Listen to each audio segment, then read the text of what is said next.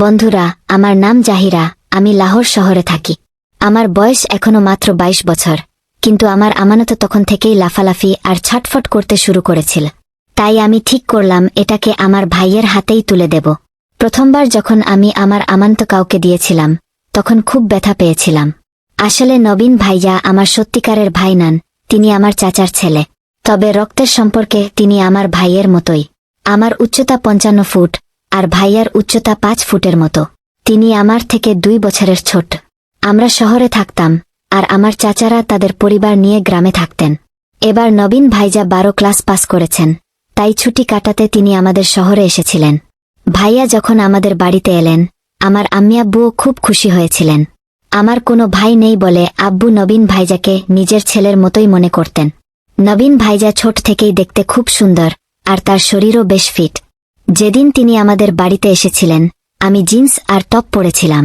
ফিটিংটা এত টাইট ছিল যে ভাইয়া আমাকে দেখে হা করে তাকিয়েছিলেন। সেদিন আমরা সবাই মিলে অনেক গল্প করলাম। আম্মি বাড়িতে বিরিয়ানি বানিয়েছিলেন। সবাই নবীন ভাইজাকে নিয়ে খুব উচ্ছ্বসিত ছিল। রাতে ভাইয়া আম্মি আব্বুর সঙ্গেই ঘুমিয়ে পড়লেন। আমি ভেবেছিলাম হয়তো তিনি আমার ঘরে ঘুমোবেন, কিন্তু আম্মি আব্বু তাকে নিজেদের কাছে শুইয়ে নিলেন। সকালে ভাইজা একটু দেরিতেই উঠলেন। ততক্ষণে আব্বু ব্যাংকে চলে গেছেন, আর আম্মি আমাদের জন্য রান্না করছিলেন। আমি ভাইয়ার ঘরে চা নিয়ে গেলাম। সকালে আমি স্নান করে, মেকআপ করে ফিটিংয়ের সালোয়ার স্যুট পরে তৈরি হয়ে গিয়েছিলাম। আমাকে দেখে ভাইয়া খুশি হয়ে গেলেন। হেসে বললেন, দিদি, আজ তুমি তো খুব সুন্দর লাগছ। কার জন্য এত সেজেছ? আমি হেসে বললাম, পাগল, আর কার জন্য? বাড়িতে তো তুমি এসেছ। ভাইয়া মুচকি হেসে বললেন, আমার জন্য এত সাজগোজের কি দরকার? আমি কি তোমার বর নাকি? আমি হেসে বললাম, ভাইজা, তুমি তো বোকার বোকাই থাকবে। তারপর তাকে চা দিয়ে সেখান থেকে চলে এলাম। 2 ঘন্টা পর আম্মি খাবার টেবিলে সাজিয়ে দিলেন, আর নিজে পড়শির আন্টির বাড়ি চলে গেলেন। কিছুক্ষণ পর ভাইয়াও স্নান করে খেতে এলেন। আমি ডাইনিং টেবিলে তার জন্য অপেক্ষা করছিলাম। ইচ্ছে করেই চিনি নিইনি, যাতে ভাইয়ার নজর আমার দিকে আসে। ভাইজা প্রথমে আমার দিকে তাকালেন, আমি তাকে চোখ টিপে দিলাম। ভাইয়া হেসে বললেন, দিদি, এভাবে মারো না, লেগে যাবে। এরপর আমরা দুজনেই হেসে উঠলাম। ভাইয়া খাচ্ছিলেন, আর আমি তাকে দেখছিলাম। আমি জিজ্ঞেস করলাম, ভাইজা, দুধ খাবে? ভাইয়া চারদিকে তাকিয়ে বললেন, খেতে পারি, কিন্তু এখানে কোথা আছে? আমি মুচকি হেসে বললাম, আমি তো সেই দুধের কথা বলছি না। ভাইয়া আমাকে একটু ধমকের সুরে বললেন, দিদি, তুমি তো একদম বেয়ারা হয়ে গেছ।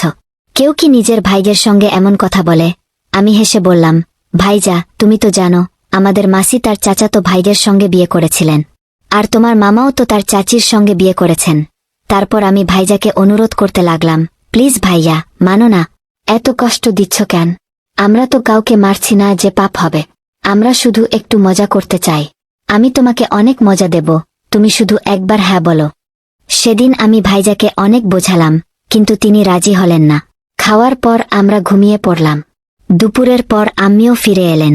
সন্ধ্যায় আমরা 3 জন, আম্মি, নবীন ভাইয়া আর আমি, শহরে ঘুরতে বেরোলাম। সেন্ট্রাল পার্কে গেলাম, হোটেলে খেতে গেলাম। সন্ধ্যায় আব্বুও বাইরে থেকে খেয়ে ফিরলেন। সবাই ক্লান্ত ছিল বলে তাড়াতাড়ি ঘুমিয়ে পড়ল। আজ আমি আম্মি আব্বুর কাছে জেদ করে ভাইজাকে আমার ঘরে শুতে দিলাম। রাতে আমরা প্রায় 12টা পর্যন্ত গল্প করলাম। আমি ভাইজাকে জিজ্ঞেস করলাম, ভাইজা, তোমার কোনো সেটিং আছে কিনা? থাকলেও আমাকে বলো। ভাইজা বললেন, না দিদি, এমন কিছু নেই।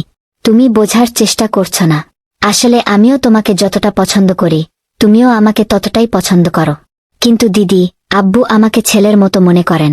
আমি যদি তোমার সঙ্গে এসব করি, তাহলে তিনি খুব খারাপ ভাববেন। আমি বললাম, আরে ভাইয়া, আমরা কি আব্বুকে বলবো নাকি? আমরা তো শুধু একটু মজা করতে চাই। ভাইয়া বললেন, না দিদি, এটা তাহলে তাদের সঙ্গে প্রতারণা হবে। আমি তিরছি চোখে তাকিয়ে বললাম, ঠিক আছে, তুমি যদি মজা করতে না চাও, তাহলে থাক। তখন ভাইজা বললেন, না দিদি, তুমি বুড়ো মানলে। আমারও তো দুধ খেতে ইচ্ছে করে। আমি বললাম, তাহলে খেয়ে নাও, এত ভয় পাচ্ছ কেন? সেই রাত থেকে ভাইয়া আমার সঙ্গে অনেক খোলামেলা হয়ে গেলেন। আমরা দুজনে মিলে অনেক দুষ্টুমি আর মজার কথা বললাম। হাসতে খেলতে ঘুমোতে যাচ্ছিলাম। হঠাৎ আম্মির ঘর থেকে কিছু আওয়াজ ভেসে এলো। আমি ভাইজাকে বললাম, চলো ভাইজা, দেখে আসি। কোথাও আবার ঝগড়া শুরু হয়নি তো? ভাইয়া জিজ্ঞেস করলেন, কিসের ঝগড়া? আমি বললাম, কখনো কখনো আব্বু মদ খেয়ে ফিরলে আম্মি তাকে অনেক বকেন। ভাইজা বললেন, না দিদি, তোমার ভুল হচ্ছে। কোনো আওয়াজ নেই, কিন্তু তখনই আম্মির চিৎকার শোনা গেল। ভাইজা বললেন, হ্যাঁ, আওয়াজ তো আসছে। চলো দেখে আসি কোথাও আমাদের সাহায্যের দরকার হয় কিনা। আমি আম্মির চিৎকার শুনে বুঝে গিয়েছিলাম কি চলছে, তবু মজা নিতে ভাইজাকে নিয়ে গেলাম। আম্মির ঘরে পৌঁছে দেখলাম দরজা বন্ধ। জানালা দিয়ে উকি দিলাম, কিন্তু অন্ধকারে কিছু দেখা গেল না। তবে আম্মির গলা শোনা যাচ্ছিল, আস্তে করো। তারপর আবার চিৎকার। আমরা বুঝে গেলাম কি হচ্ছে। হঠাৎ আব্বু লাইট জ্বালিয়ে দিলেন। ভেতরের দৃশ্য দেখে আমাদের শ্বাস আটকে গেল। ভাইয়া সেখান থেকে চলে যেতে চাইলেন, কিন্তু আমি তার হাত ধরে আটকে দিলাম। আম্মি আব্বুকে বলছিলেন, এখনো তো মাত্র 5 মিনিট হলো, আর তুমি এখনই ক্লান্ত। এরপর আমরা দুজনে মুচকি হেসে ঘরে ফিরে এলাম। ঘরে ঢুকেই ভাইজা বললেন, তুমি তো বেশ চালাক দিদি। আমি বললাম, এতে চালাকি কি আছে? এসব থেকেই তো আমরা এসেছি। শুধু ফারাক এই যে আমি এগুলো উপভোগ করি। এটা তো কোনো খারাপ কাজ নয়। ভাইয়া লজ্জা পেয়ে বললেন, দিদি আমারও একটু খিদে পেয়েছে, দুধ পাওয়া যাবে? আমি তার মজা নিয়ে বললাম, ওহ, তাহলে এখন দুধও খেতে চাও? পাগল, আমি তো রক্তের সম্পর্কে তোমার দিদি, আর তুমি তোমার দিদির সঙ্গে এমন কথা বলছো? আমার এই মজায় ভাইয়া লজ্জায় পড়ে গেলেন। আমি জোরে হাসতে লাগলাম। ভাইয়া বললেন, বন্ধ করো দিদি, তুমি তো সবসময় আমাকে ভয় দেখাও। আমি বললাম, আচ্ছা এই নাও, দুধ খেয়ে নাও। নাকি কোনো শুভ মুহূর্ত বের করতে হবে? সেদিন ভাইয়া খুব লজ্জা আর দুঃখ পেয়েছিলেন, তাই দুধ খাননি। আমি ভাবলাম, এবার আমাকেই কিছু করতে হবে। আমি নিজের হাতে তাকে দুধ খাওয়াতে শুরু করলাম। তখন বুঝলাম ভাইয়া কতটা ক্ষুধার্ত ছিলেন। তিনি আধ ঘন্টা ধরে একটানা দুধ খেলেন। তাকে দেখে আমার আনন্দের সীমা ছিল না। সত্যি বলতে আমার তো শরীরের জলি বেরিয়ে গিয়েছিল। আধ ঘন্টা পর ভাইয়া বললেন, বাস দিদি, আর পারছি না। আজ দুধ খেয়ে সত্যিই মজা পেলাম। এমন মিষ্টি দুধ আমি আগে কখনো খাইনি। আমি বললাম, তাই তো বলছিলাম ভাইয়া, তোমার দিদির সুবিধে নিতে চাইলে নিয়ে নাও। এমন দিদি সবাই পায় না। তারপর বললাম, এবার আমাকে ঘোড়ার সোয়ারি করাও। ভাইয়া বললেন, দিদি সোয়ারি তো করিয়ে দেব, কিন্তু ভয় হচ্ছে 9 মাস পর তোমার কোল ভরে না যায়। এমন কথা শুনে আমি মনমরা হয়ে গেলাম। বললাম, ভাইয়া তুমি তো খুব ভীতু, কিছু হবে না। যা হবে পরে দেখা যাবে। আমি অনেক বোঝালাম, কিন্তু তিনি রাজি হলেন না। বললেন, না দিদি, কিছু ভুল হয়ে গেলে সামলাতে পারব না। অনেক ভেবে আমি বললাম, ঠিক আছে, আমি আম্মির ঘর থেকে গুব্বারা নিয়ে আসি। তাহলে তো করাবে, তাই না? এটা শুনে ভাইয়া আরো ভয় পেয়ে গেলেন। বললেন, পাগল হয়েছ? এত রাতে আব্বুর ঘরে যাবে? ভয় লাগে না? আমি যেতে যাচ্ছিলাম, ভাইয়া আমার হাত ধরে আটকে দিলেন। বললেন, না দিদি, কাল বাজার থেকে নিয়ে আসব। আব্বু জেগে গেলে বড় সমস্যা হয়ে যাবে। আজ একটু থাকো। আমি কাঁদো কাঁদো গলায় বললাম, না ভাইজা, তুমি বোঝো না, আমি আর সহ্য করতে পারছি না। আমার ধৈর্যের বাঁধ ভেঙে গেছে। ভাইয়া আমাকে অনেক বোঝালেন। রাতও অনেক হয়ে গিয়েছিল। কখন ঘুমিয়ে পড়লাম টেরই পেলাম না। সকালে ভাইয়া সবসময়ের মতো দেরিতে উঠলেন। আমি তাড়াতাড়ি উঠে আম্মির কাজে হাত লাগালাম। আব্বু 9টার মধ্যে ব্যাংকে চলে গেলেন। আমি সকালে স্নান করে ভাইয়ার ঘরে চা নিয়ে গেলাম। ভাইজা ফোন চালাচ্ছিলেন আর চায়ের জন্য অপেক্ষা করছিলেন। আমাকে দেখে মুচকি হাসলেন, কারণ রাতের কথা মনে পড়ে গিয়েছিল। আমিও হাসলাম। জিজ্ঞেস করলাম, কি খাবে, চা না দুধ? ভাইয়া হেসে বললেন, না দিদি, দয়া করো, সকালে শুধু চাই খাবো। রাতের দুধ এখনো ঠিকমতো হজম হয়নি। আমি হেসে বললাম, তোমার হজম শক্তি তো বড্ড দুর্বল। তাকে চা দিয়ে আম্মির কাছে রান্নাঘরে ফিরে গেলাম। ভাইয়া চা খেয়ে স্নান করে টিভি দেখতে বসালেন। আম্মিও রান্না শেষ করে বিশ্রাম নিলেন। কিন্তু আমার মনের মধ্যে একটাই চিন্তা ঘুরছিল, এবার বাজারে যেতে হবে। তাই আমি আম্মির কাছ থেকে অনুমতি নিয়ে নিলাম। প্রথমে ভাইজাকে আমার সঙ্গে নিয়ে যাচ্ছিলাম, কিন্তু আম্মি তাকে আটকে দিলেন, কারণ তাকে ফ্যান পরিষ্কার করাতে হবে। আম্মির হাত ফ্যান পর্যন্ত পৌঁছায় না। তাই আমাকে একাই বাজারে যেতে হলো। বাজারে পৌঁছে প্রথমে ফল আর সবজি কিনলাম। আম্মি দর্জিকে একটা স্যুট সেলাই করতে দিয়েছিলেন, সেটাও নিয়ে নিলাম। তারপর সোজা মেডিকেল স্টোরে চলে গেলাম। দোকানে ঢোকার আগে দোপাট্টা দিয়ে মুখ ঢেকে নিলাম, যাতে কোনো ঝামেলা না হয়। ভেতরে ঢুকেই আমি চকলেটের গন্ধওয়ালা গুব্বারা চাইলাম, কারণ আমি চকলেটের গন্ধ খুব পছন্দ করি। মেডিকেলের ভাইজা প্রথমে আমার দিকে তাকালেন, তারপর কিছু না বলে গুব্বারাটা দিয়ে দিলেন। এরপর ভাবলাম, ভাইয়ার জন্য কিছু গলি কিনে নিই। দেখে মনে হচ্ছিল তার এটা লাগতে পারে, কিন্তু জানি না কেন তিনি আমাকে গলি দিতে চাইলেন না। আমি আর বেশি কথা না বলে গুব্বারা নিয়ে বেরিয়ে এলাম। ভাবলাম হয়তো তাদের কাছে নেই, তাই আরেকটা মেডিকেল স্টোরে গেলাম, কিন্তু সেখানেও ট্যাবলেট পেলাম না। তখন আমার মাথায় ঢুকল, এভাবে আমি ট্যাবলেট পাব না। তাই সেলিমকে ফোন করলাম। সলিম আমার সঙ্গে 12 ক্লাসে পড়ত। সে আমার ওপর লাইন মারত, কিন্তু তখন আমার এসবে আগ্রহ ছিল না। তাকে শুধু বন্ধু হিসেবেই রেখেছিলাম। সলিমের বড় ভাইয়ের এখানে একটা মেডিকেল স্টোর আছে, তবে সলিম এখন দিল্লি চলে গেছে। সলিমকে ফোন করতেই প্রথমে সে আমাকে চিনতে পারল না, পরে চিনল। আমি যখন ট্যাবলেটের কথা বললাম, সে অবাক হয়ে বলল, আরে জাহিরা, তোমার বিয়ে কবে হলো? আমাকে তো বিয়েতে ডাকলেই না। আমি হেসে বললাম, না, সে কথা নয়, আমি এখনো অবিবাহিতই আছি। সলিম বলল, ওহ, তাহলে কার জন্য গলি নিচ্ছ? মনে হচ্ছে আজকাল তুমি অনেক বদলে গেছ। আগে তো বেশি কথা বলতে না, কিন্তু এখন পরিস্থিতি অন্যরকম। সলিম সবসময় মজা করে, আমার সঙ্গে মজা নিতেও কোনো কার্পণ্য করে না। একদিন তাকে ধমকে বলেছিলাম, এবার ছাড়ো, তাড়াতাড়ি ট্যাবলেটের ব্যবস্থা করো। সলিম বলল, তুমি আমাদের স্টোরে চলে যাও, আমি ভাইজাকে ফোন করে দেব, শুধু নামটা বলে দিও। সলিমের দোকানে পৌঁছতেই দেখলাম তার ভাই নেই। একটা ছেলে দাঁড়িয়েছিল। আমাকে দেখেই জিজ্ঞেস করল, আপনার নাম কি জাহিরা? আমি মাথা নেড়ে হ্যাঁ বললাম। সে কিছু না বলে ট্যাবলেট দিয়ে দিল, টাকাও নিল না। কাজ শেষ করে আমি তাড়াতাড়ি বাড়ি ফিরলাম। বাড়ি পৌঁছতে দুপুর 2টা বেজে গেল। দেখলাম ভাইয়া তার জিনিসপত্র গুছিয়ে ফেলছেন, বাড়ি ফিরতে চলেছেন। আব্বুও আজ ব্যাংক থেকে তাড়াতাড়ি ফিরেছেন, আম্মিও ছিলেন।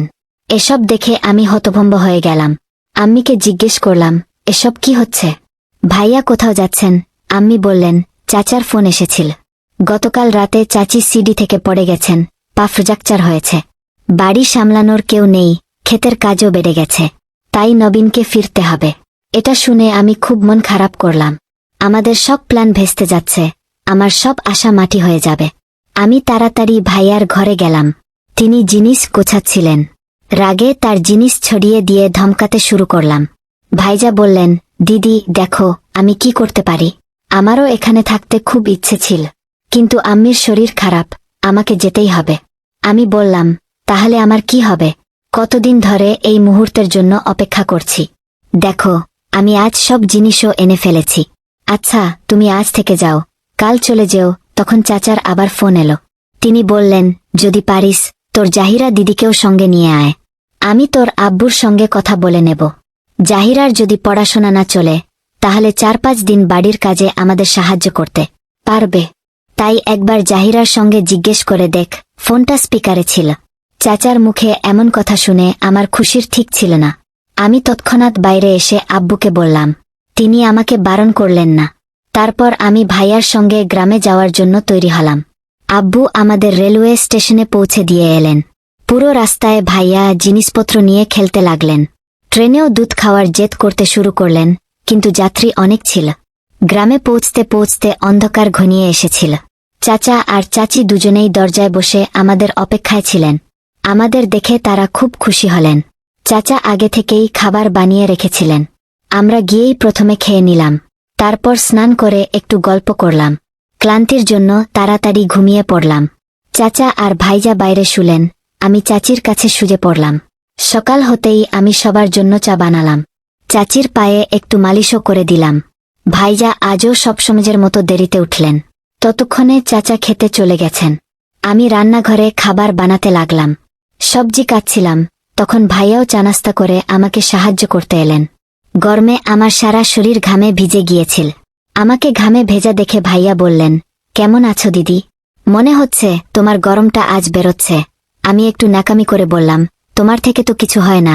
ভাইজা বললেন, দিদি আজ শুধু তৈরি থাকো, সন্ধ্যায় আমরা খেতে যাব।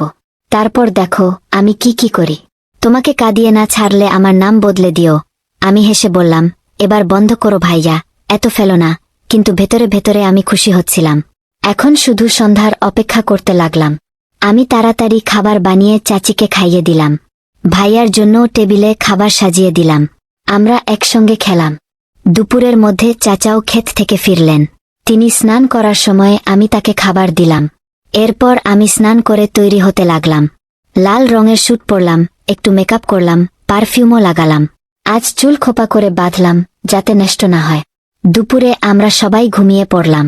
বিকেল 5টা নাগাদ আবহাওয়া ঠান্ডা হয়ে গেল। আমি চা বানালাম, সবাই চা খেল। তখন চাচা খেতে যাওয়ার জন্য তৈরি হলেন, কারণ আখের ফসল পেকে গেছে। খেতে যেন কোনো বুনো জন্তু না ঢোকে, তাই পাহারা দিতে হয়। কিন্তু আজ ভাইয়া আগেই চাচাকে বলে দিয়েছিলেন, আব্বু আজ আমি আর দিদি খেতে যাব। এই সুযোগে দিদিকে একটু ঘুরিয়েও আনব। 2-3 দিন ধরে সে বাড়িতেই আছে। চাচা রাজি হয়ে গেলেন। ভাইয়া বাইক বের করলেন। আমরা দুজনে ক্ষেতের দিকে রওনা দিলাম। আমি আগে থেকেই গুব্বারা নিয়ে নিয়েছিলাম। ভাইজাকে চায়ের সঙ্গে গলিও দিয়ে দিয়েছিলাম। খেতে পৌঁছে ভাইজা আমাকে আখের গাছের মাঝে নিয়ে গেলেন, যাতে কেউ দেখতে না পায়। সেখানে তিনি কয়েকটা আখ কেটে জায়গা পরিষ্কার করলেন আর একটা খাটিয়া এনে রাখলেন। সন্ধ্যার আবহাওয়া ছিল, ঠান্ডা হাওয়া বিছিল। আজ প্রথমবার আমার একটু ঘাবড়ে যাওয়ার মতো লাগছিল। তখন ভাইজা বললেন, দিদি তাড়াতাড়ি ঝুঁকে পড়ো। জানি না আজ আমার কি হয়েছে। মনে হচ্ছে আজ ওষুধ না পেলে আমি মরে যাব। এরপর ভাইয়া আমাকে ক্ষেতের মধ্যেই আখের রস খাওয়ালেন। আমি খেতে চাইনি, কিন্তু তিনি জোর করে খাইয়ে দিলেন। আধ ঘন্টা ধরে আমি আখের স্বাদ নিলাম। আমার চোখ দিয়ে জল গড়াতে লাগল, তবু মুচকি হাসছিলাম। আমার আর ছিল না। আমি ভাইজাকে বললাম, বাস ভাইজা, আজকের মতো এটুকুই, আমার পেট ভরে গেছে। ভাইয়া থেমে গেলেন। আমরা আধ ঘন্টা সেখানে বিশ্রাম করলাম। সময় অনেক হয়ে গিয়েছিল, অন্ধকারও নেমে এসেছিল। ভাইয়া বললেন, চলো দিদি, এবার বাড়ি যাওয়া দরকার। কোথাও আব্বু চিন্তা না করেন, কিন্তু সত্যি বলতে আমি দাঁড়াতেও পারছিলাম না। ভাইয়া আমাকে তুলে বাইকে বসিয়ে বাড়ি নিয়ে গেলেন। বাড়ি গিয়ে প্রথমে আমরা স্নান করলাম। তারপর ভাইজাই খাবার বানালেন। আমি শুধু রান্নাঘরে বসেছিলাম। আমার সারা শরীরের গরম আজ বেরিয়ে গিয়েছিল। ভাইয়া আমার পুরো মজা নিচ্ছিলেন। বারবার বলছিলেন, কি হলো দিদি, একদিনেই পঞ্চার হয়ে গেলে। সন্ধ্যায় খাওয়ার পর আমি ভাইয়ার কাছে ব্যথার ওষুধ আনালাম। সেটা খেয়ে তবেই ঘুম এলো। পরের 5-6 দিন আমি ভাইজাকে কাছেও ঘেঁষতে দিলাম না, কিন্তু তিনি সবসময় আমাকে খোঁচা দিয়ে যাচ্ছিলেন। চলো দিদি, আখের খেতে যাই। আমি শুধু মুচকি হেসে থাকতাম। সত্যি বলতে এখন আমাদের বিয়ে হয়ে গেছে, কারণ সত্যি বেশি দিন লুকিয়ে রাখা যায় না। একদিন আমি আর ভাইজা বাড়িতে মুহূর্ত তৈরি করছিলাম। আমাদের দুর্ভাগ্য, চাচি আমাদের দেখে ফেললেন। তারপর চাচা আর চাচি আমাদের খুব বকলেন। ভাইজাকে তো মারও পড়ল। তারা আমার আম্মি আব্বুকে গ্রামে ডেকে আনলেন। আমাদের জিজ্ঞেস করলে আমরা সব সত্যি বলে দিলাম। গত 1 মাস ধরে আমরা এসব করছি। আমরা অনেক ক্ষমা চাইলাম। বললাম, আমাদের ভুল হয়ে গেছে, আমাদের মাফ করে দাও। কিন্তু আম্মি আব্বু আর চাচা চাচি মিলে ঠিক করলেন আমাদের বিয়ে দিয়ে দেবেন। এছাড়া আর কোনো উপায় ছিল না। আমাদের বিয়েতে বেশি সমস্যা হয়নি। চাচি খুশি মনেই আমাকে মেনে নিলেন। বন্ধুরা, এই গল্পটা তোমাদের কেমন লাগলো কমেন্টে জানাও। যদি এখনো আমাদের চ্যানেলে সাবস্ক্রাইব না করে থাকো, তাহলে দয়া করে সাবস্ক্রাইব করো আর বেল আইকনটা বাজিয়ে দাও।